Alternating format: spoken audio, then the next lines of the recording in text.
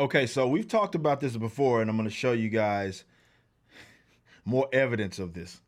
But Screen Rant, another sort of big, I don't know if you want to call them a publication that covers media, right? So essentially a media entity that is protecting Captain Marvel. I don't know what it is. I've discussed this in the video and why this is the most protected character, or certainly in terms of superheroes, ever.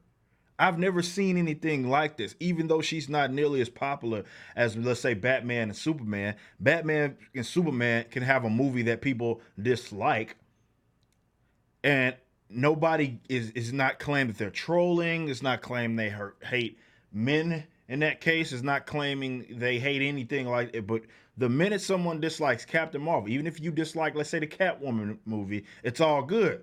But you hate Captain Marvel, or you dislike Captain Marvel in terms of a movie, you're all of these things. And the media went out of their way, certainly during that cycle, that release cycle, to protect this character. I mean, she single-handedly changed Rotten Tomatoes policy in regards to that whole, you could vote on if you were interested in this movie or whatever, and before it came out, and they revamped that entire thing. Now we have a situation where Screen Rant, which is an entity that has 129,000 followers on Twitter, and then they have 1.6 million. So this is not a small deal. And check this out. So they're talking about Captain Marvel fly at 6 times the speed of sound, and they're like just sack riding her, just top to bottom, just sack riding Captain Marvel. And all right, let's start here. They changed the title. Let's start there. The title was not Why Thanos Got Lucky in Avengers Endgame. It was something along the lines like Why Captain Marvel Should Be More Powerful. I'm sure somebody else named it. What is it? It says Captain Marvel should have been more powerful. And it was something along those lines. And they uploaded this video talking about, she did again, they're just sack riding Captain Marvel all through the video. And that was what the title was. And they changed it. Not before they changed to whether you can see the dislikes, right? Oh, and I'll help them out. I'll take my dislike off. But you used to, it was getting ratioed. You know it was going to get ratioed, man. Like, come on, dog.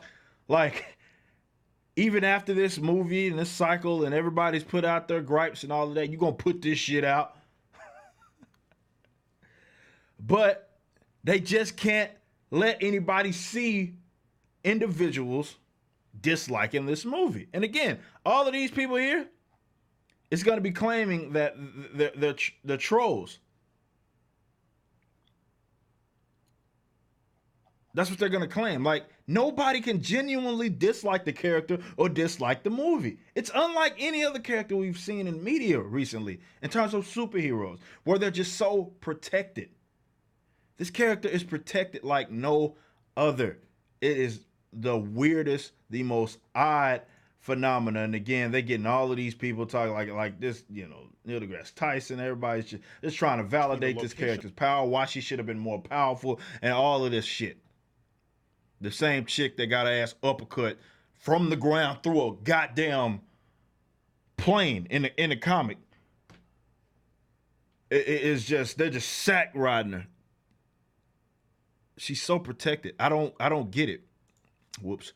But yeah, she's so protected. I really don't understand. I still don't understand why this character is so protected. Nobody can have a legitimate problem. And you've conversed with some of these bots. I'm sure I know I have.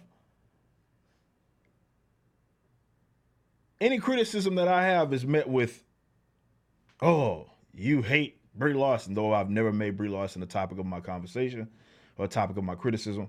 Oh, you're an incel.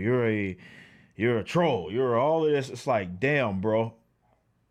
You mean to tell me I just can't have a problem with it? Of course, my desk line is always ringing. But I can't just have a problem with the character? I can't just have legitimate problems. And I prove mine. That comes from the source material in terms of And it's not just source material. Even in the context of the actual Marvel Cinematic Universe, there's a lot of problems with their introduction. And I've mapped all of that out. I've done 34-minute long videos, one titled The Unique Shoehorn of Captain Marvel. You can see it's one of my better works. 30 minutes long, me breaking it down, irrefutable evidence that this is a unique shoehorn. You can go refer to that. I'm not going to repeat everything that I said. Yet, they do things like that. And I'm not saying there aren't people out there that may dislike her for other reasons, maybe illegitimate reasons, but that's going to happen with any other character. What I'm trying to point out is the fact that that's allowable with everybody else, but here the media, certainly the bigger media, protects this character like no other character that we've seen. It's like she's her baby, bro, or she is their baby, and they gotta protect her. They gotta protect her. They got to protect her. They will gas her, hype it up, all of this shit.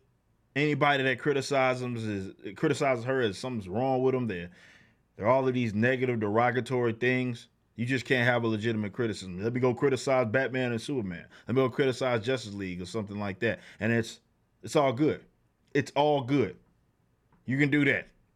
It's okay to do that. But damn it, you criticize Captain Marvel, misogynist, sexist, hate women, incel, troll, stupid, just everything. And they never, hardly ever address your actual argument.